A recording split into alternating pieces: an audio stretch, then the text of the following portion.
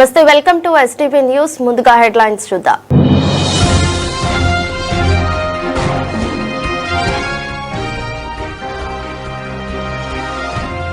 వైద్యారోగ్య శాఖపై సమీక్షలో ముఖ్యమంత్రి చంద్రబాబు.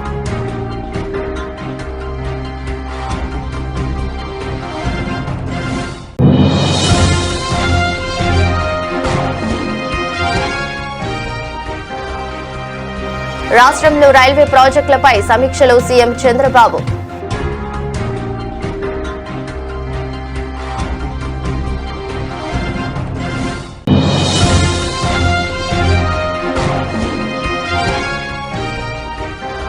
కూటమి ప్రభుత్వం ఎన్నికల ప్రణాళికలో ఇచ్చిన హామీలను వెంటనే అమలు చేయాలని మాజీ ఎమ్మెల్సీ కేఎస్ లక్ష్మణరావు డిమాండ్.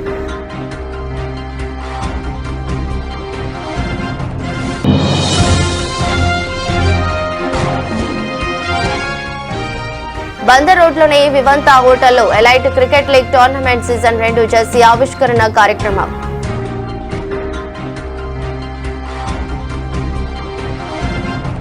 ప్రజల ఆరోగ్య వివరాలను నమోదు చేసి పర్యవేక్షించేలా చేపట్టిన సంజీవని ప్రాజెక్టును త్వరలో రాష్ట్ర వ్యాప్తంగా విస్తరించాలని ముఖ్యమంత్రి చంద్రబాబు నాయుడు అధికారులను ఆదేశించారు.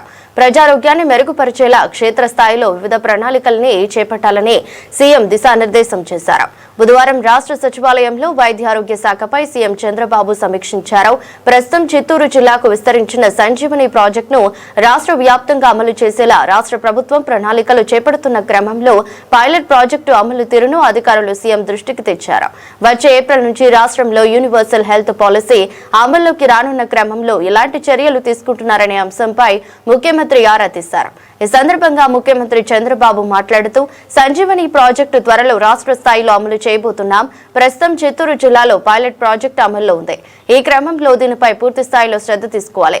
టెక్నాలజీని అందుబాటులోకి తెచ్చి నాణ్యమైన వైద్య సేవలను ప్రజలకు అందించే లక్ష్యంతో ఈ ప్రాజెక్టు చేపడుతున్నాం.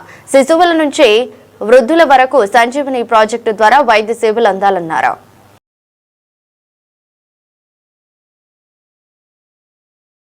రామాయపట్నం పోర్టు సమీపంలో ఇండస్ట్రియల్ హబ్ ఏర్పాటుకు భూములకు గాను కేటాయింపునకు రాష్ట్ర మంత్రి మండలి ఆమోదం తెలిపిందని, విశాఖలో ప్రపంచ స్థాయి ఆరోగ్య సంరక్షణ విద్యా పరిశోధన కేంద్రం ఏర్పాటుకు, అల్లూరు జిల్లాలో అమ్యూజ్మెంట్ థీమ్ పార్క్ అభివృద్ధికి, ప్రకాశం జిల్లాలో రిలయన్స్ బయోగ్యాస్ ప్లాంట్ల నిర్మాణానికి భూములు కేటాయించేందుకు నిర్ణయం తీసుకున్నామని మంత్రి పార్థసారథి చెప్పారు. కర్నూలు జిల్లా ఎమ్మిగనూరు మండలం బనవాసి గ్రామంలో మెగా టెక్స్టైల్స్ పార్క్ ఏర్పాటుకు 77.37 ఎకరాలని ఏపీఐఐసి ఉచితంగా కేటాయింపునకు రాష్ట్ర కేబినెట్ ఆమోదం తెలిపిందన్నారు. కేంద్ర ప్రభుత్వ ప్లగ్ అండ్ ప్లే విధానంలో దీన్ని చేపట్టానన్నారు. ముఖ్యమంత్రి చంద్రబాబు అధ్యక్షతన జరిగిన మంత్రివర్గ సమావేశం వివరాలను సమాచార పౌర సంబంధాల శాఖ మంత్రి కొలుసు పార్థసారథి విలేకరులకు వివరించారు. అందులోని అంశాలు ఇండస్ట్రియల్ హబ్ ఏర్పాటుకు రామాయపట్నం పోర్టు చుట్టుపక్కల ఉన్న రావూరు, చేవూరు గ్రామాల్లో 1831 ఎకరాలని సేకరించాలని ప్రభుత్వ లక్ష్యంగా పెట్టుకుందని, కొన్ని పంచాయతీలు నిరాకరించడంతో ప్రభుత్వం వారి విజ్ఞప్తిని పరిగణలోకి తీసుకుందని తెలిపారు. అక్కడ పెద్ద యాక్టివిటీస్ జరగట్లేదని, ఆ ప్రాంతం మార్కెటింగ్ అవసరాలకి ఉపయోగపడుతుందని చెప్పేసి అక్కడ ప్రజలు భావించిన మేరకు మరి ఆ ల్యాండ్ని ఏఎంసీ పలమనేరు ఏఎంసీకి ట్రాన్స్ఫర్ చేయడానికి ఏదైతే ప్రపోజల్ వచ్చిందో దాన్ని ఆమోదించడం జరిగింది. ఎకరం 4,40,000 రూపాయల చొప్పున ఈ భూమి ఏఎంసీకి కేటాయించబడుతుంది. దీనికి గాను ప్రభుత్వానికి కమిటీ 1,45,20,000 చెల్లించాలని చెప్పేసి క్యాబినెట్ నిర్ణయం కూడా తీసుకుంది. ప్రత్యేకంగా ఈ మార్కెట్ యార్డ్ డెవలప్మెంట్స్లో లేటెస్ట్ ట్రెండ్స్ అంటే ప్రజల అవసరాలను దృష్టిలో పెట్టుకొని, ఆ విలువైన భూమిని దృష్టిలో పెట్టుకొని ఏ విధంగా అభివృద్ధి చేయొచ్చో కొంచెం స్టడీ చేసి అభివృద్ధి చేయమని చెప్పేసి చెప్పడం జరిగింది. షాపింగ్ కాంప్లెక్స్ లాగా, అంటే ఆదాయం రావాలి, ప్రజలకి మేలు జరగాలి, అన్ని రకాల వ్యాపారాలు అక్కడ జరిగే విధంగా ప్రత్యేకంగా అగ్రికల్చర్ బేస్డ్ అంటే షాపింగ్ కాంప్లెక్స్, అదేవిధంగా రైతులకి ట్రైనింగ్ సెంటర్స్, సో ఆ విధంగా చేయమని చెప్పేసి కూడా సూచించడం జరిగిందని చెప్పేసి మనం చేస్తాను. పిడుగురాళ్ల ప్రభుత్వ వైద్య కళాశాల మరియు ఆసుపత్రిలో అదనంగా బెడ్లు పెంపు, కొత్తగా 837 పోస్టుల శాంక్షన్ గురించి విడుదల చేసిన జీవోలకు కేబినెట్ అనుమతి. ఈ కాలేజీ మనందరికీ తెలిసిందే, 100 ఎంబీబీఎస్ సీట్లు కలిగిన కాలేజీ. ఎంఎన్సి అంటే medical national NMC national medical commission norms ప్రకారం 420 పడకల బోధనాసుపత్రి ఉండాలి. అదేవిధంగా కావాల్సిన పోస్టులు ఏదంటూ ఉన్నాయో వాటన్నిటిని దృష్టిలో పెట్టుకొని ఈ జీవోలు ఇవ్వడం జరిగింది. అంటే బెడ్స్ 330 నుంచి 420కి, అదేవిధంగా 837 పోస్టులని మరి ఈ జీవో ద్వారా ఏదైతే శాంక్షన్ చేశారో వాటిని రాటిఫై చేయడం జరిగిందని చెప్పేసి మనం చేస్తాం. అదేవిధంగా హాస్పిటల్లో మెరుగైన సేవలు అందించడానికి అన్ని కార్యకలాపాలను కూడా అవుట్సోర్స్ చేయమని చెప్పేసి కూడా చెప్పడం జరిగింది. ఉదాహరణకి శానిటేషన్ ఉంది, శానిటేషన్ అవుట్సోర్సింగ్ చేసి కొంచెం ప్రజలకి సౌకర్యవంతంగా ఉంచడం. అదేవిధంగా ఎక్విప్మెంట్స్, ల్యాబ్ ఎక్విప్మెంట్స్ కానివ్వండి, లేకపోతే సిటీ ఇవన్నీ కూడా ఉన్నాయి కదా. అంటే ప్రభుత్వంలో ఎప్పుడైనా రిపేర్ వస్తే ఆలస్యం జరగటం, తద్వారా పేషెంట్స్కి ఇబ్బంది కలగటం, ఇవన్నీ కూడా మనం తరచుగా చూస్తూ ఉంటాం. ఇటువంటి సమస్యలు రాకోకుండా అవుట్సోర్స్ ఇచ్చినట్లయితే ఇంకా బాగుంటుందనే ఉద్దేశంతో అది కూడా సూచించడం జరిగిందని చెప్పేసి మనం చేస్తాం. తిరుపతి, విశాఖపట్నం శిల్పారామాల్లో కన్వెన్షన్ సెంటర్లు, బొటిక్ హోటల్స్, స్పాల కోసం garden city reality private limited కన్సార్షియంకు ఇచ్చిన లెటర్ ఆఫ్ ఇంటెంట్ రద్దు చేయడానికి అనుమతి. ఇది 2019లో ఈ గార్డెన్ సిటీ రియాలిటీ ప్రైవేట్ లిమిటెడ్కి ఈ భూమి కేటాయించడం జరిగింది. దాదాపు వెనుకబడిన ఫ్లోరైడ్ బాధితులున్న ఉమ్మడి ప్రకాశం జిల్లాతో పాటు నెల్లూరు, కడప జిల్లాల ప్రజలకు మేలు చేసే కీలకమైన వెలిగొండ ప్రాజెక్టును వైకాపా ప్రభుత్వం నిర్లక్ష్యం చేసిందని, పనులు పూర్తి చేయకుండానే ఎన్నికలకు ముందు 2024 మార్చి 6న పోలీస్ పహారా మధ్య జాతికి అంకితం చేశామని ప్రకటించిందని నీటిపారుదల శాఖ మంత్రి రామానాయుడు ఎద్దేవా చేశారు. Tunnel, head regulator, feeder canal, diversion road పనులు, R&R పనులన్నీ పూర్తయితేనే ప్రాజెక్టు పూర్తయినట్లుగా భావించాలి తప్ప ఈ పనులేవి పూర్తి చేయకుండా వెలిగొండ ప్రాజెక్టును జగన్ జాతికి ఎలా అంకితం ఇచ్చారో అని జలవనరుల శాఖ మంత్రి నిమ్మల రామానాయుడు ప్రశ్నించారు. సచివాలయంలో ఆయన మీడియాతో మాట్లాడుతూ వైసీపీ ప్రభుత్వంలో 2024 మార్చి 6 వరకు జరిగిన అసంపూర్తి పనులు, కూటమి ప్రభుత్వం వచ్చిన తర్వాత 18 నెలల్లో చేపట్టిన పనుల ప్రగతిని పవర్ పాయింట్ ప్రెజెంటేషన్ ద్వారా మంత్రి వివరించారు. వెనుకబడిన ప్రకాశం జిల్లా ప్రజలను మోసం చేసిన జగన్ ప్రజలకు ముఖం చూపించలేక అబద్దాలతో తన అవినీతి కరపత్రికలో టన్నుల 13.22 ప్రచారం చేస్తున్నారని మండిపడ్డారు. నమస్కారం. మీ అందరికీ కూడా తెలియజేసుకుంటూ, ఆంధ్రప్రదేశ్ రాష్ట్రంలోనే కాదు ఈ ప్రపంచంలోనే క్రెడిట్ కోల్పోయినటువంటి జగన్మోహన్ రెడ్డి క్రెడిట్ చోరీ గురించి మాట్లాడుతూ ఉంటే చాలా చాలా ఆశ్చర్యంగా ఉన్నటువంటి పరిస్థితి.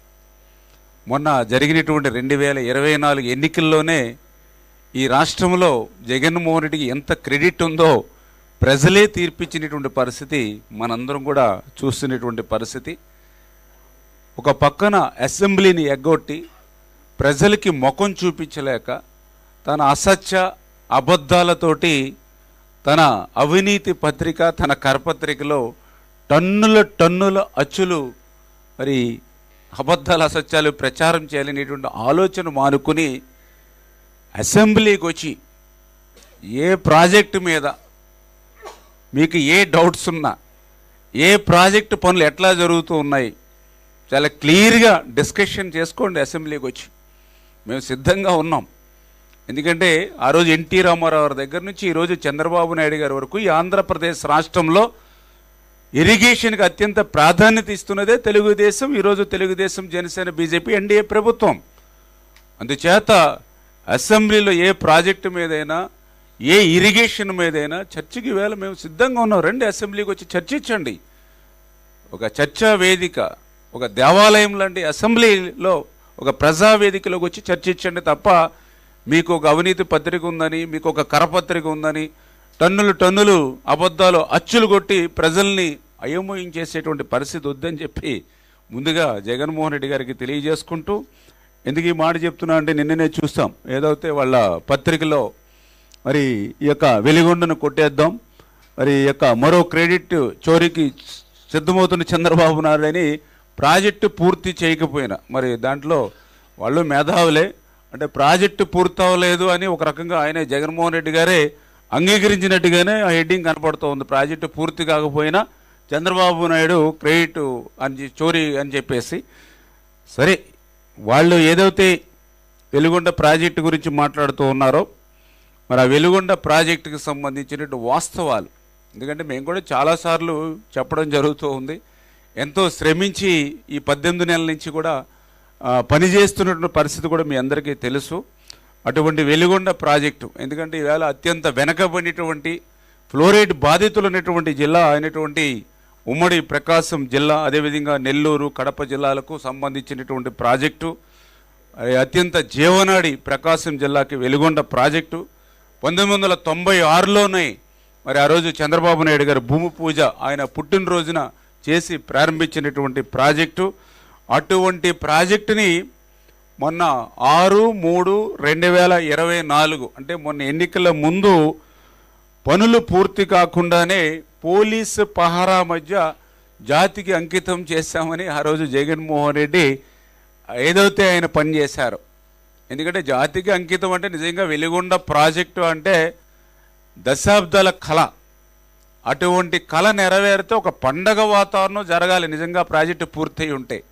కానీ ఆ రోజు మీరు జాతికి అంకితం అని ఏదైతే చేసినటువంటి రోజు ఆ యొక్క జిల్లా అంతా కూడా 144 సెక్షన్ పెట్టి, 30 యాక్ట్ పెట్టి, ముందస్తు అరెస్టులు పెట్టి, హౌస్ అరెస్టులు పెట్టి, పోలీస్ స్టేషన్లోకి తీసుకెళ్ళి అక్కడ రైతు సంఘాల నాయకులను కూర్చోబెట్టి, నిర్వాసితులు ఎవరో కూడా ఇంటిలోంచి బయటికి రాకుండా కాపలా పెట్టి, బ్యారికేడ్లు పెట్టి, పరదాలు పెట్టి ఆ రోజు మీరు ఏపీలో లాజిస్టిక్స్ వ్యవస్థను ప్రపంచ స్థాయికి చేర్చడమే లక్ష్యంగా పనిచేస్తున్నామని, రైల్వే ప్రాజెక్టుల విషయంలో ఏపీ బెంచ్ మార్క్ గా నిలిపేలా చూడాలని ముఖ్యమంత్రి నారా చంద్రబాబు నాయుడు రైల్వే శాఖ అధికారులకు సూచించారు. రాష్ట్రంలో ఉత్పత్తి అవుతున్న 225 లక్షల మెట్రిక్ టన్నుల ఉద్యాన ఉత్పత్తులను దేశంలోని వివిధ మార్కెట్లకు రవాణా చేసేలా ఏపీలో రైల్వే కనెక్టివిటీ పెరగాలని ముఖ్యమంత్రి స్పష్టం చేశారు. దీనికి అనుగుణంగా యాక్షన్ ప్లాన్ సిద్ధం చేయాలని సీఎం అధికారులను ఆదేశించారు. సచివాలయంలో బుధవారం రాష్ట్రంలోని రైల్వే ప్రాజెక్టులపై ముఖ్యమంత్రి ఉన్నతాధికారులతో సమీక్ష నిర్వహించారు. పొరుగు రాష్ట్రాల్లోని హింటర్ ల్యాండ్ ను ఏపీ పోర్టులు అన్నిటితో అనుసంధానించేలా ప్రణాళికలు రూపొందించాలని స్పష్టం చేశారు. తెలంగాణ, ఛత్తీస్గఢ్, మధ్యప్రదేశ్ తదితర రాష్ట్రాల నుంచి ఏపీ పోర్టులకు రైలు రవాణాకు నెలకొన్న అవకాశాలను చర్చించారు. రాష్ట్రంలో ప్రతి 50 కిలోమీటర్లకు ఒక పోర్టు, ఫిషింగ్ హార్బర్లు వస్తున్నాయని, మూలపేట, విశాఖ, కాకినాడ, మచిలీపట్నం, రామాయపట్నం, కృష్ణపట్నం పోర్టులతో ప్రధాన లైన్లను త్వరితగతిన కనెక్ట్ చేయాలని సీఎం అన్నారు.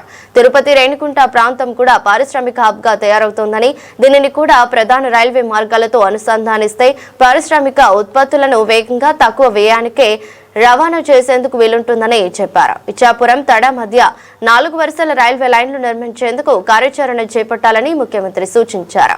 వచ్చే 3 ఏళ్లలో ఇది కార్యరూపం దాల్చేలా డిపిఆర్ తయారు చేయాలని రైల్వే శాఖ అధికారులను ఆదేశించారు.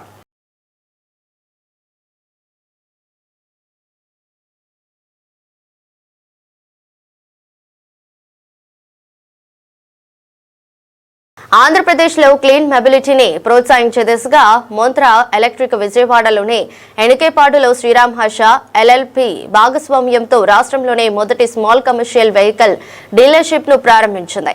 మొంత్రా ఎలక్ట్రిక్ సీఈఓ సాజు నాయర్ ఈ కేంద్రాన్ని ప్రారంభించింది. ఈవియేటర్ అనే ఎలక్ట్రిక్ కమర్షియల్ వాహనాన్ని మార్కెట్లోకి విడుదల చేశారు.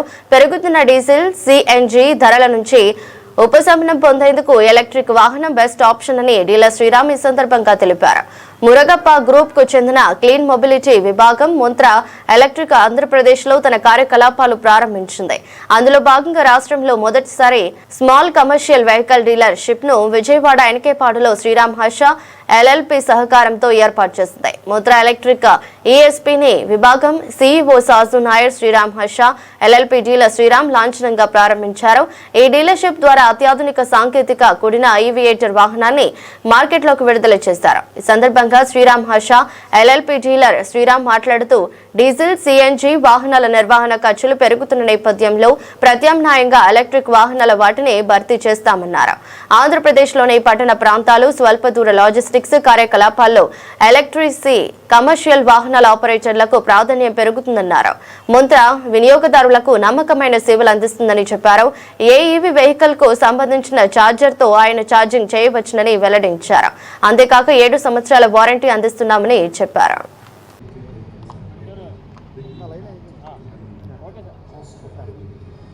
చెప్పమంటారు?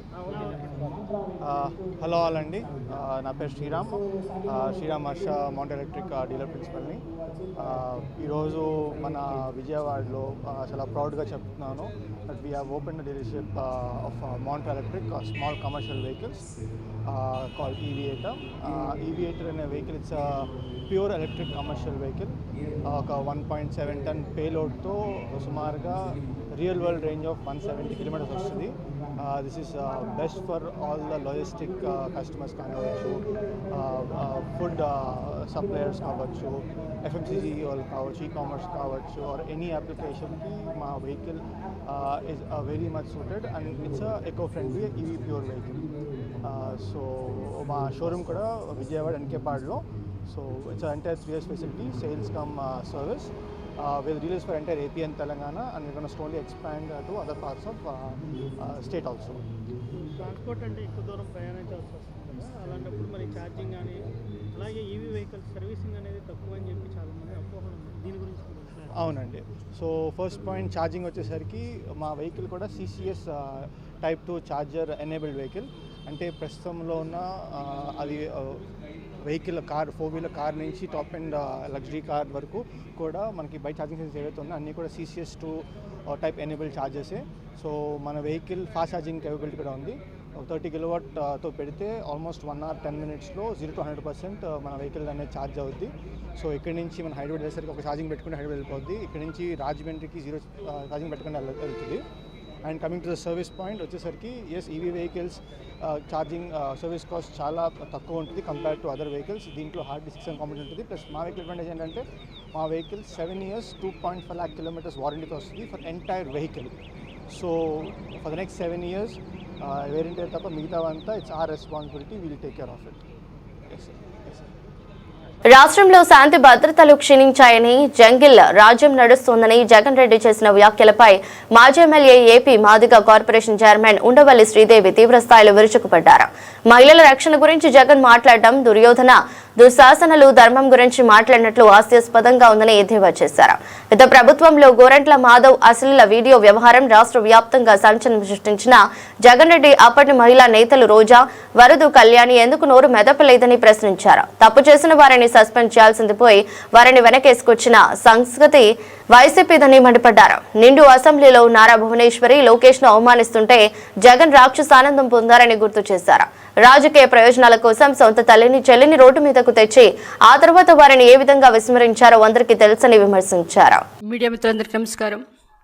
ఈరోజు ఇమ్మీడియట్గా ఈ యొక్క ప్రెస్ మీట్ పెట్టడానికి ముఖ్య ఉద్దేశం ఏంటంటే, ఇప్పుడే సాక్షి స్క్రోలింగ్లో మాజీ ముఖ్యమంత్రి వైఎస్ జగన్మోహన్ రెడ్డి గారు అంటారు, ఏపీ జంగిల్ రాజ్యం అయిపోయింది, ఎలాంటి కంట్రోల్ లేదు, విచ్చలవిడితనం పెరిగిపోయింది.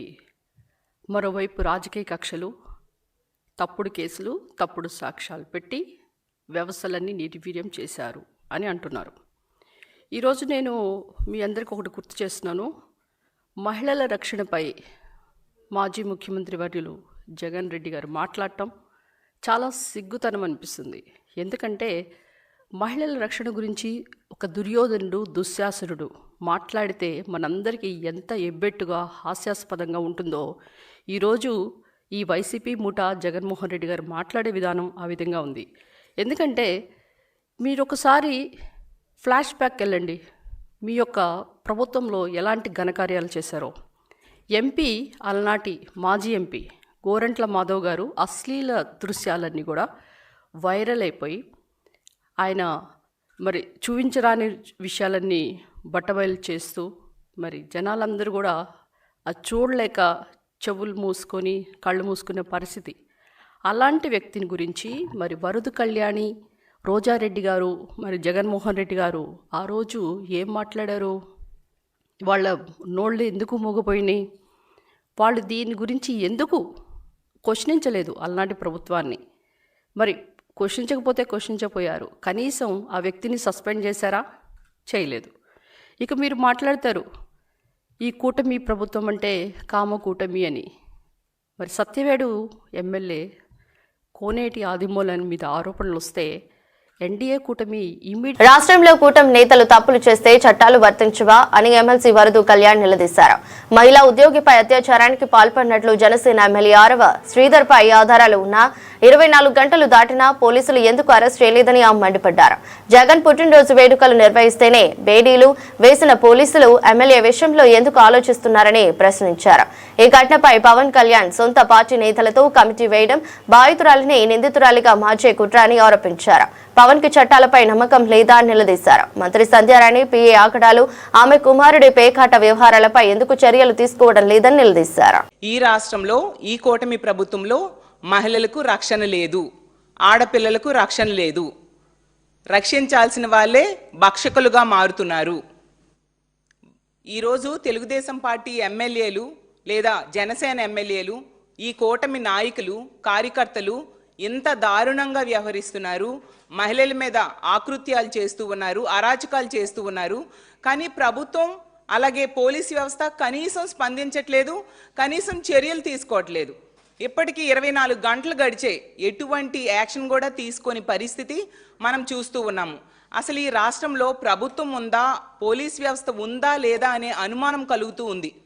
అసలు లీగల్ ప్రొసీజర్ సిస్టమ్ అనేది ఉందా, అసలు పని చేస్తుందా, అసలు పోలీస్ వ్యవస్థ పని చేస్తుందా లేదా అనేది అర్థం కాని పరిస్థితి ఈరోజు నెలకొని ఉంది. ఎందుకంటే ఒక మహిళ బహిరంగంగా బయటకు వచ్చి తనకు అన్యాయం జరిగింది, తన మీద అత్యాచారం జరిగింది, ఈ కూటమిలో ఎమ్మెల్యే చేశాడు అని చెప్పి వీడియో సాక్ష్యాలతో సహా ఆవిడ బయట పెడితే కనీసం ముఖ్యమంత్రి గారు అలాగే డిప్యూటీ సీఎం గారు, ఒక మహిళా హోంమంత్రి ఎవ్వరూ స్పందించట్లేదు. మాకు సంబంధం లేదు అన్నట్టుగా వ్యవహరిస్తూ ఉండే పరిస్థితి చూస్తూ ఉన్నాము. మరి చంద్రబాబు నాయుడు గారు పదే పదే ఈ రాష్ట్రంలో కూటమి ప్రభుత్వం అధికారంలోకి వచ్చాక ఆడపిల్ల మీద ఎవరైనా చేయేస్తే అదే చివరి రోజు అని చెప్తూ ఉంటారు కదా. 24 గంటలు గడిచింది, మీ కూటమిలో ఉన్న ఎమ్మెల్యేకి ఏమి చర్యలు అతని మీద మీరు తీసుకున్నారు చంద్రబాబు నాయుడు గారు అని నేను అడుగుతూ ఉన్నాను. మరి హోంమంత్రి అనిత గారు అయితే చాలా బిల్డప్లు ఇస్తూ ఉంటారు, చాలా స్టేట్మెంట్స్ ఇస్తూ ఉంటారు. మరి ఆవిడ మొన్న చెప్పారు, మొన్న ఏదో ప్రెస్ మీట్లో విన్నాను, ఇక్కడ ఉన్నది సిబిఎన్ పవర్ ఏంటో చూపిస్తాం, తప్పు చేసిన వాళ్ళని కఠినంగా శిక్షిస్తారు అంటూ చాలా చాలా పెద్ద పెద్ద డైలాగ్స్ వేశారు కదా అనిత గారు. మరి మీ సిబిఎన్ పవర్ ఈ కూటమి ఎమ్మెల్యే ఈ శ్రీధర్ మీద చూపించరా అమ్మా నేను అడుగుతున్నాను. మీకు రీల్స్ మీద, పబ్లిసిటీ మీద ఉండే శ్రద్ధ ఇలా మహిళల రక్షణ మీద లేదు అనే విషయం క్లియర్గా అర్థమైంది. ప్రతి సందర్భంలో కూడా మహిళల రక్షణ అనేది గాలికి వదిలేసి ఎంతసేపు మా వైఎస్ఆర్ కాంగ్రెస్ పార్టీ నాయకుల్ని తిట్టడం, మా జగనన్నని తిట్టడం మీదే మీరు దృష్టి పెడుతూ ఉన్నారు తప్ప ఏ సందర్భంలో కూడా మహిళలకు అండగా నిలబడిన సంఘటన ఒక్కటి కూడా చూడలేదు ఈ రాష్ట్రంలో. అలాగే తీసుకుంటే పవన్ కళ్యాణ్ గారు తన జనసేన ఎమ్మెల్యే ఇంత దారుణంగా ప్రవర్తించాడు. ఇంత దారుణంగా ప్రవర్తిస్తే కనీసం 2 రోజులైంది, ఎటువంటి స్పందన లేదు, ఒక యాక్షన్ తీసుకుంటామని చెప్పలేదు. పార్టీ తరపున ఒక కమిటీ వేశారట. పార్టీ తరపున కమిటీ వేసి విచారణ చేయడం ఏంటి? ఈ రాష్ట్రంలో పోలీస్ వ్యవస్థ లేదా, రాజ్యాంగం లేదా, న్యాయ వ్యవస్థ లేదా, వాటి మీద మీకు గౌరవం లేదా పవన్ కళ్యాణ్ గారు అని నేను అడుగుతూ ఉన్నాను. మీరు ప్రశ్నిస్తాను అని చెప్పి పార్టీ పెట్టారు కదా. మరి మీడియా వాళ్ళు ఈ సంఘటన గురించి, ఈ శ్రీధర్ అనే ఎమ్మెల్యే చేసిన పని గురించి మిమ్మల్ని ప్రశ్నిస్తే ఎందుకు మీరు సమాధానం చెప్పకుండా పారిపోయారు? మరి దానికి సమాధానం చెప్పాల్సిన బాధ్యత మీ మీద లేదా? మరి యాక్షన్ తీసుకుంటామని ఒక మాట కూడా మీరు చెప్పలేరా? అంటే మీరు, మీ పార్టీ, మీ కూటమిలో నాయకులు ఎంతగా అతనికి దన్నుగా నిలుస్తున్నారో అర్థమవుతూ ఉంది. మొన్ననే మీరు చాలా సందర్భాల్లో చామల ఫౌండేషన్ ఆధ్వర్యంలో మార్చి నెలలో విశాఖపట్నంలో నిర్వహించనున్న elite cricket league season 2 tournament జెర్సీని మంత్రులు మండిపల్లి రాంప్రసాద్ రెడ్డి, కొండపల్లి శ్రీనివాస్, వాసంశెట్టి సుభాష్ లాంఛనంగా ఆవిష్కరించారు. సైనికుల సంక్షేమం కోసం, బంగారు కుటుంబాల సంక్షేమం కోసం క్రికెట్ టోర్నమెంట్ నిర్వహించడం అభినందనీయమని ఈ సందర్భంగా మంత్రులు పేర్కొన్నారు. బందరుడ్లోని వివంత హోటల్లో elite cricket league tournament season 2 jersey ఆవిష్కరణ కార్యక్రమం ఘనంగా జరిగింది. ఈ కార్యక్రమానికి రాష్ట్ర మంత్రులు మండిపల్లి రాంప్రసాద్ రెడ్డి, కొండపల్లి శ్రీనివాస్, వాసంశెట్టి సుభాష్, పులితెర నటుడు ప్రభాకర్ ముఖ్య అతిథులుగా విచ్చేసి జెర్సీని ఆవిష్కరించారు. Andhra political kings, Tollywood tenders, బుల్లితెర rangers, media masters, Siri info missiles, police lines జట్లకు లీగ్ జరగనుంది. ఈ సందర్భంగా క్రీడా శాఖ మంత్రి మండిపల్లి రాంప్రసాద్ రెడ్డి మాట్లాడుతూ రాంప్రసాద్ రెడ్డి ఈసీఎల్ 2వ సీజన్ ఏపీలో ప్రారంభించడం సంతోషకరమన్నారు.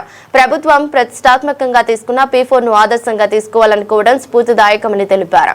ఈ కార్యక్రమంలో Chamala foundation vice chairman Bhanuchander Reddy, డైరెక్టర్లు రవీందర్ రెడ్డి, శ్రీధర్ రెడ్డి, తరుణ్, అమిగోస్ మీడియా ప్రతినిధులు పాల్గొన్నారు. ముందుగా నేను థ్యాంక్స్ చెప్పుకోవాల్సింది మా సోదరులు ఆంధ్రప్రదేశ్ రవాణా శాఖ మంత్రి, క్రీడా శాఖ మంత్రి, యూత్ అఫేర్స్ మంత్రి రాంప్రసాద్ రెడ్డి గారు. మేము హైదరాబాద్లో చేసినాం అనగానే నెక్స్ట్ సీజన్ మేము ఆంధ్రప్రదేశ్లో చేస్తాం అనగానే ముందు నుండి మాకు సపోర్ట్ సహకరిస్తున్న మంత్రివర్యులు పెద్దలు రాంప్రసాద్ రెడ్డి గారికి నా హృదయపూర్వక కృతజ్ఞతలు. అదేవిధంగా ముందుగా చామల ఫౌండేషన్ నుంచి మేము ఒక ఆంధ్రప్రదేశ్ ముఖ్యమంత్రి గారికి, లోకేష్ గారికి ఒక థ్యాంక్స్ చెప్పుకోవాలన్న. ఎందుకు తెలుసా అన్న, ఇక్కడ చూస్తే మీ క్యాబినెట్ చూస్తే అంతా యంగ్స్టర్స్తో నిండి ఉంది, మొత్తం యంగ్స్టర్స్. లాస్ట్ టైము హైదరాబాద్లో చేసినప్పుడు రాజకీయ నాయకుల జట్టు కొంచెం వీక్ ఉండి ఓడిపోయినారు. ఈసారి మీరే ఈ ఎలైట్ క్రికెట్ లీగ్ కప్పుని గెలుచుకునేలాగా అనిపిస్తుంది అన్న.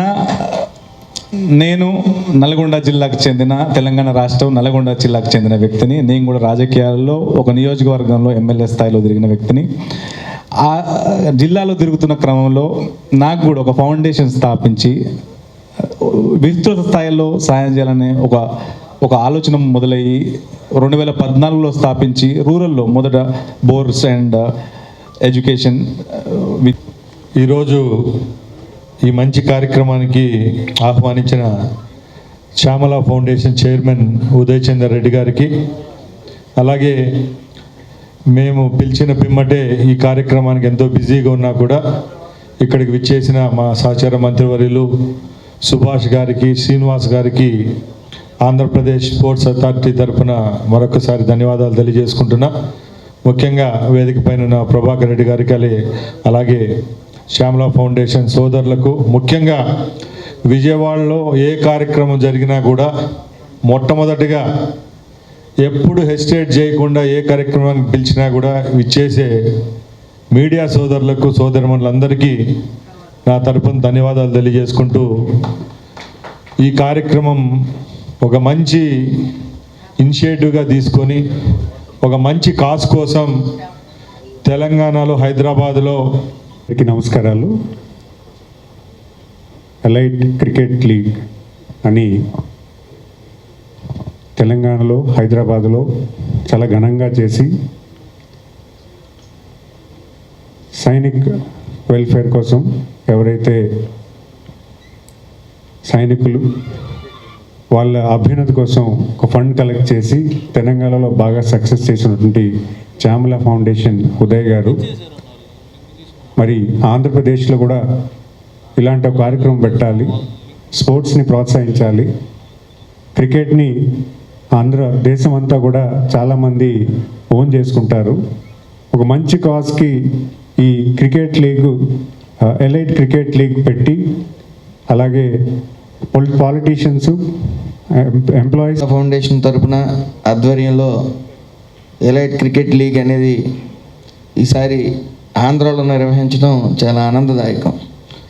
లాస్ట్ టైం తెలంగాణలో జరపడం ఉప్పల్ స్టేడియంలో సుమారు 35 లక్షలు సేవాభావంతో అయినా 25 లక్షలు అమరవీరులైన జవాన్ కుటుంబాలకి 25 లక్షలు, అలాగే 10 లక్షల రూపాయలు పోలీస్ వెల్ఫేర్కి ఇవ్వడం జరిగింది. అలాగే విన్నర్స్కి 3 లక్షలు, రన్నర్స్కి 2 లక్షలు ఇవ్వడం కూడా జరిగింది. అయితే ఈ సుమారు 25,000 మంది మొన్న వీక్షించడానికి వచ్చారు ఆ మ్యాచ్ని. ఈసారి ఖచ్చితంగా వైజాగ్లో 50,000 మంది ఖచ్చితంగా వీక్షకులు వస్తారని మనం భావించవచ్చు. అయితే ట్రెండ్ అంతా కూడా క్రికెట్ మీదే నడుస్తుంది కాబట్టి elite cricket league first season మేమందరం ఆడాం. మాకు థర్డ్ ప్లేస్ వచ్చింది, చాలా హ్యాపీగా ఫీల్ అయ్యాం. ఈసారి పొలిటికల్ వాళ్ళు ఫస్ట్ ప్లేస్ అంటున్నారు కాబట్టి అట్లీస్ట్ ఫైనల్స్ మీతో ఆడే ఛాన్స్ అన్న రావాలని కోరుకుంటున్నాము. లాస్ట్ టైం ఫైనల్స్ సినిమా వాళ్ళకి వచ్చిందన్న పోలీసు వాళ్ళతో ఆడడానికి, ఫైనల్స్ మీతో పోటీ పడి, ఎందుకంటే మీరు ఈసారి 2 టీంలు అంటున్నారు, 2 టీంలు మీరే ఫైనల్స్కి వస్తే మాకు ఇంకా కష్టంగా ఉంటుంది. ఒక టీం వచ్చి ఒక టీం మేము రావాలని కోరుకుంటాం. మా వాళ్ళు బాగా ప్రాక్టీస్ చేస్తారు. అందరూ ఈ రోజు కూడా ప్రాక్టీస్లో ఉన్నారు, కంటిన్యూగా మ్యాచెస్ ఆడుతున్నారు. టీవీ వాళ్ళు అండ్ ఇన్ఫ్లుయెన్సర్స్ కూడా యాడ్ అయ్యారు ఈసారి. అండ్ మీడియా టీం ఒకటి యాడ్ అయింది ఈసారి. లాస్ట్ టైం మేము సీజన్ 1లో అంటే ఇప్పుడు మీడియా టీం లేదు. చాలా సంతోషంగా ఉంది మీడియా సోదరులు కూడా ఇందులో పాల్పంచుకుంటున్నందుకు. అండ్ ఇక్కడ సార్ వాళ్ళు చెప్పినట్టు మొత్తం దేశంలో ఎక్కడ చూసినా ఒక ఆంధ్రప్రదేశ్లోని చాలా యంగ్ అండ్ డైనమిక్ పొలిటీషియన్స్ కనపడుతున్నారు. చాలా సంతోషంగా ఉంది. ఇది దేశానికే ఒక శుభసూచికం అండి. ఎందుకంటే యూత్ వాళ్ళందరూ కూడా పాలిటిక్స్లోకి రావాలి, డెఫినెట్గా మంచి పనులు చేయాలి. చాలా బాగా జరుగుతుంది ఆంధ్రప్రదేశ్లో అభివృద్ధి కానీ, ఇప్పుడు జరుగుతున్న కార్యక్రమాలు కానీ ప్రపంచమంతా ఆంధ్రప్రదేశ్ వైపు చూస్తోంది. అండ్ డెఫినెట్గా ఇంకా ముందుకెళ్లాలని, ఇంకా ఇలాగే యూత్. రాష్ట్రంలో మహిళలపై జరుగుతున్న అఘాయిత్యాలపై ముఖ్యమంత్రి చంద్రబాబు నాయుడు నిర్లక్ష్య వైఖరి ప్రదర్శిస్తున్నారని వైసీపీ ఎమ్మెల్యే తాటిపర్తి చంద్రశేఖర్ తీవ్రంగా మండిపడ్డారు. రైల్వే కోడూరు నియోజకవర్గానికి చెందిన మహిళకు జనసేన ఎమ్మెల్యే అరవ శ్రీధర్ చేతిలో జరిగిన అన్యాయంపై స్వయంగా బాధితురాలే ముఖ్యమంత్రి చంద్రబాబుకు ఫిర్యాదు చేసినా పట్టించుకోకపోవడం దుర్మార్గమని విమర్శించారు. బాధిత మహిళకు వైసీపీ అండగా ఉంటుందన్నారు. ముఖ్యమంత్రి ఆదుకోకపోతే ప్రతిపక్షంగా మేమే ఆమెకు అండగా నిలుస్తామని తాటిపర్తి చంద్రశేఖర్ స్పష్టం చేశారు. రైల్వే కోడూరు ఘటనపై తక్షణమే చర్యలు తీసుకుని బాధిత మహిళకు న్యాయం చేయాలని ఆయన డిమాండ్ చేశారు. ఈరోజు అరవ శ్రీధర్ దాకా మధ్యలో శ్రీకాళహస్తిలో ఒక మర్డరే జరిగింది. అక్రమ సంబంధాలు లోబరుచుకొని భయపెట్టి మహిళల్ని లొంగదీసుకోవడాలు, ఈ రాష్ట్రంలో వ్యవహారాలన్నీ పక్కకెళ్ళిపోయాయి. 10 విహారయాత్రలు, 3 మర్డర్లు, 6 మానభంగాలు. ఇది ఈ రాష్ట్రంలో పరిపాలన. ఎవడి మీదన్నా చర్య తీసుకుంటారా ఈ మానభంగం చేసినటువంటి ఎమ్మెల్యేల మీదంటే బేరసారాలు, వాళ్ళని వశపరుచుకొని లోబరుచుకునేటటువంటి కార్యక్రమాలు. పవిత్రమైనటువంటి తిరుపతి వేదికగా జరిగినటువంటి ఒక మహిళకి జరిగిన అన్యాయాన్ని ఆ రోజు కానీ పట్టించుకున్నట్టయితే ఈరోజు అరవ శ్రీధర్ ఈ యొక్క ఘాతుకానికి పాల్పడతాడా? అరవ శ్రీధర్ యొక్క వ్యవహారం ఆ వీడియోలో చూశాను నేను. అతను జుహుత్సాకరమైనటువంటి వ్యవహారం, ఆ మెసేజ్లు, ఒక చిన్న బిడ్డ కలిగినటువంటి మహిళని కొట్టి లోబరుచుకున్నాడంట. ఆ మహిళ నన్ను కారులో అత్యాచారం చేశాడు, 5 సార్లు నాకు అబార్షన్ జరిగింది అతని వలన అని చెప్తే మహిళా కమిషన్ ఏం చేస్తుంది? స్పందించదా? చంద్రబాబు నాయుడు గారు వద్దన్నారా? హోంమంత్రి గారు ఏం చేస్తున్నారు? ప్రతిపక్ష నాయకుడి మీద ట్వీట్లు వేసి అపహాస్యం చేయడం, ఇదేనా మీ యొక్క హోంశాఖ కార్యక్రమం? హోంశాఖ అంటే ఇంట్లో ఉండే శాఖగా మార్చేసింది అనితమ్మ. వర్క్ ఫ్రమ్ హోమ్గా చంద్రబాబు నాయుడు గారు అన్నారు కదా, పోలీసుల్ని వర్క్ ఫ్రమ్ హోమ్ నుంచి చేస్తామని. వర్క్ ఫ్రమ్ హోమ్ అనేటటువంటి విధంగా పాతాళానికి పోలీస్ వ్యవస్థను తొక్కేసింది అనితమ్మ. హోంమంత్రి గారు సాక్షాత్తు ఈ రాష్ట్ర ముఖ్యమంత్రికి ఆ మహిళ సంక్రాంతి సందర్భంగా చంద్రబాబు నాయుడు గారు కుప్పం వెళ్ళి కూటమి ప్రభుత్వం ఎన్నికల ప్రణాళికలో ఇచ్చిన హామీలను వెంటనే అమలు చేయాలని మాజీ ఎమ్మెల్సీ కేఎస్ లక్ష్మణరావు డిమాండ్ చేశారు. ముఖ్యంగా జాబ్ క్యాలెండర్ను తక్షణమే ప్రకటించాలని కోరారు. అలాగే ఉద్యోగాల వయో పరిమితిని ప్రస్తుతం ఉన్న 40 ఏళ్ల నుంచి 45 ఏళ్లకు పెంచాలని ఆయన ప్రభుత్వాన్ని కోరారు. ప్రభుత్వం ఇప్పటికైనా జాబ్ క్యాలెండర్పై స్పష్టమైన ప్రకటన చేయకపోతే పెద్ద ఎత్తున ఆందోళనలకు దిగుతామని హెచ్చరించారు. డివైఎఫ్ఐ ఆధ్వర్యంలో జాబ్ క్యాలెండర్ విడుదల చేయాలని డిమాండ్ చేస్తూ బాలోత్సవ భవన్ లో రౌండ్ టేబుల్ సమావేశం జరిగింది. ఈ సమావేశానికి ముఖ్య అతిథిగా మాజీ ఎమ్మెల్సీ కేఎస్ లక్ష్మణరావు హాజరయ్యారు. ఈ సందర్భంగా మాట్లాడుతూ ప్రభుత్వం చెబుతున్నట్టుగా 4,74,000 ఉద్యోగాలు ఏ శాఖల్లో భర్తీ చేశారో స్పష్టంగా వెల్లడించాలని డిమాండ్ చేశారు. సూపర్ 6 హామీల్లో భాగంగా నిరుద్యోగ భృతి ఇవ్వకుండానే సూపర్ 6 సక్సెస్ అని ఎలా ప్రకటించుకుంటారని ఆయన ప్రశ్నించారు. ఎన్నికల సమయంలో ఇచ్చిన హామీల ప్రకారం వెంటనే జాబ్ క్యాలెండర్ విడుదల చేయాలని, అలాగే ఉద్యోగాల వయో పరిమితిని 40 నుంచి 45 ఏళ్లకు పెంచాలని డిమాండ్ చేశారు. ప్రభుత్వం తక్షణమే స్పందించకపోతే రాష్ట్ర వ్యాప్తంగా నిరుద్యోగ యువతతో కలిసి పెద్ద ఎత్తున ఉద్యమాలకు దిగుతామని హెచ్చరించారు. కూటమి ప్రభుత్వం ఎన్నికల ప్రణాళికలో హామీ ఇచ్చిన విధంగా వెంటనే జాబ్ క్యాలెండర్ ప్రకటించాలని డివైఎఫ్ఐ యువజన సంఘం ఆధ్వర్యంలో జరుగుతున్న రౌండ్ టేబుల్ ఈరోజు డిమాండ్ చేస్తూ ఉంది. వాళ్ళు స్పష్టంగా ప్రతి ఏడు కూడా జాబ్ క్యాలెండర్ ప్రకటించి ఉద్యోగాలు భర్తీ చేస్తామని హామీ ఇచ్చారు. కానీ ఇప్పటి వరకు ఒక డిఎస్సి నోటిఫికేషన్ తప్పితే మరే నోటిఫికేషన్ కూడా ఇంతవరకు ఇవ్వలేదు.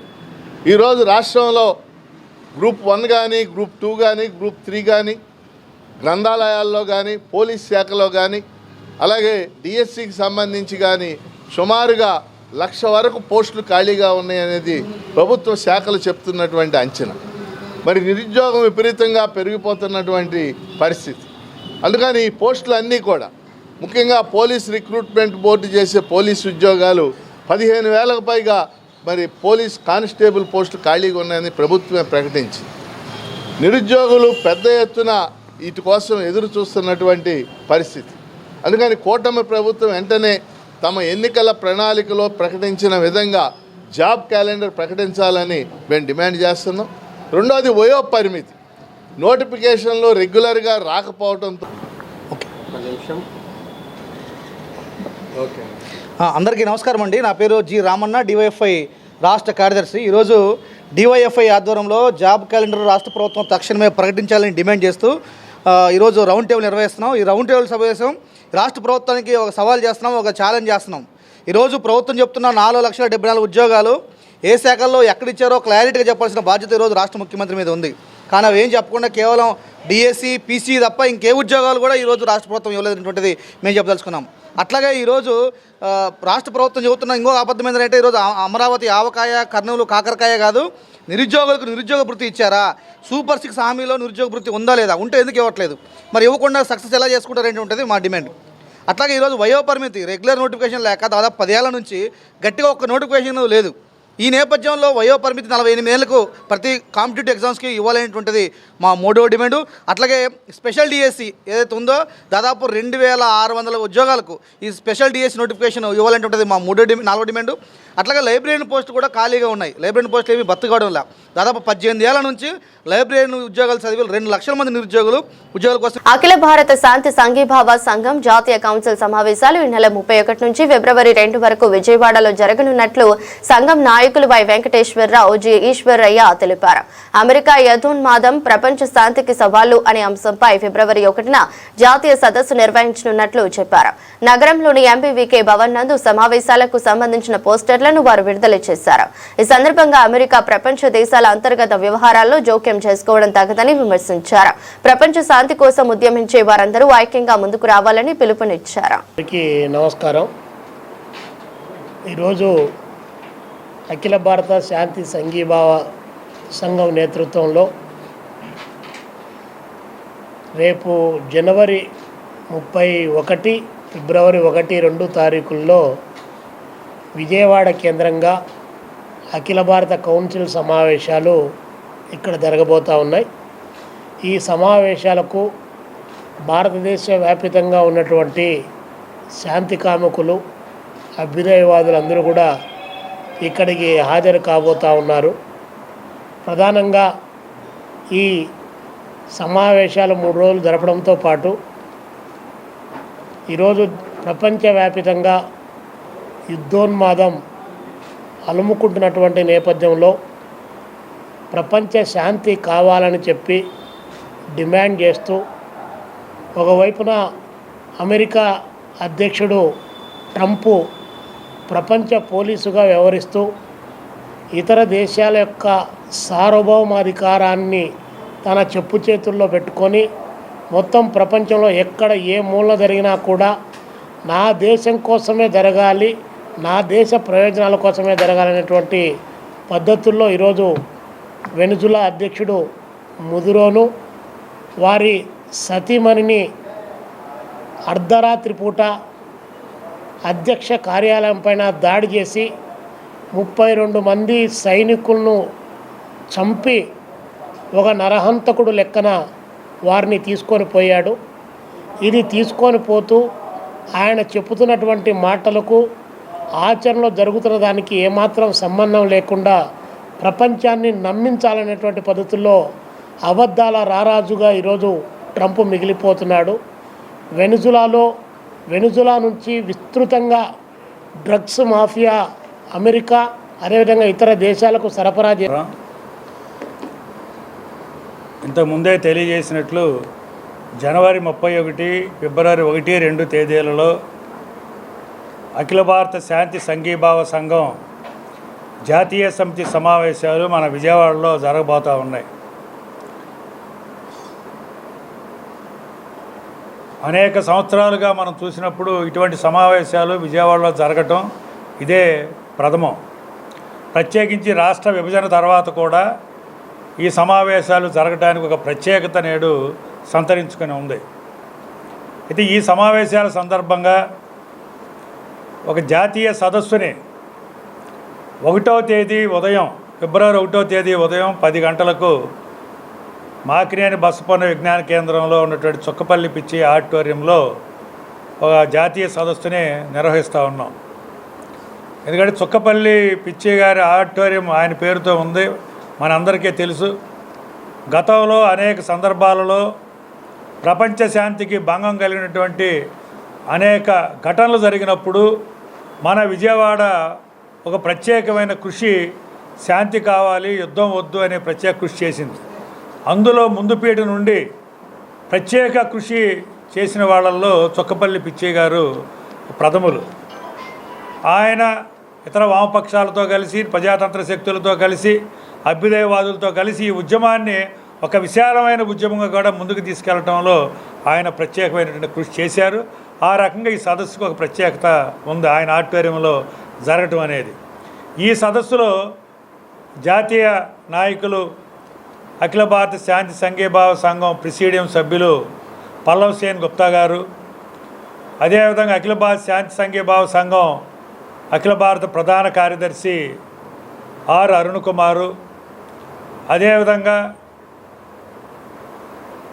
సలహాదారు, ఈ సంఘానికి సలహాదారు యాదవ్ రెడ్డి, వీరితో పాటు రాష్ట్రంలో ఉన్నటువంటి వివిధ పార్టీలు, సిపిఎం రాష్ట్ర కార్యదర్శి వి శ్రీనివాసరావు, సిపిఐ రాష్ట్ర కార్యదర్శి మిత్రుడు జి ఈశ్వరయ్య, అదేవిధంగా కాంగ్రెస్సు, టీడీపీ, వైసీపీ, ఆయా పార్టీల్లో ఉన్నటువంటి ఈ శాంతిని కాంక్షించేటువంటి ప్రముఖులు, మేధావులు ఎవరైతే ఉన్నారో.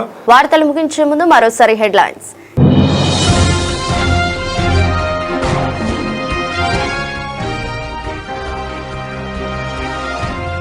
వైద్యారోగ్య శాఖపై సమీక్షలో ముఖ్యమంత్రి చంద్రబాబు.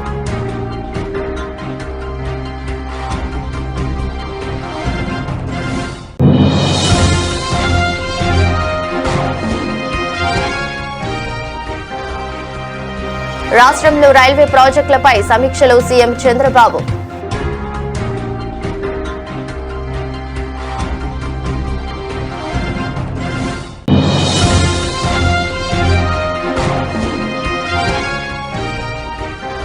కూటమి ప్రభుత్వం ఎన్నికల ప్రణాళికలో ఇచ్చిన హామీలను వెంటనే అమలు చేయాలని మాజీ ఎమ్మెల్సీ కెఎస్ లక్ష్మణరావు డిమాండ్.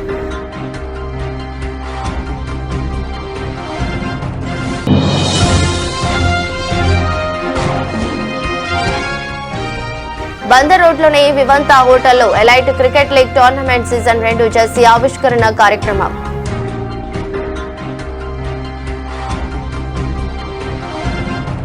ఇది బులెటిన్. మరో బులెటిన్లో మళ్ళీ కలుద్దాం. అంతవరకు సెలవు. నమస్కారం.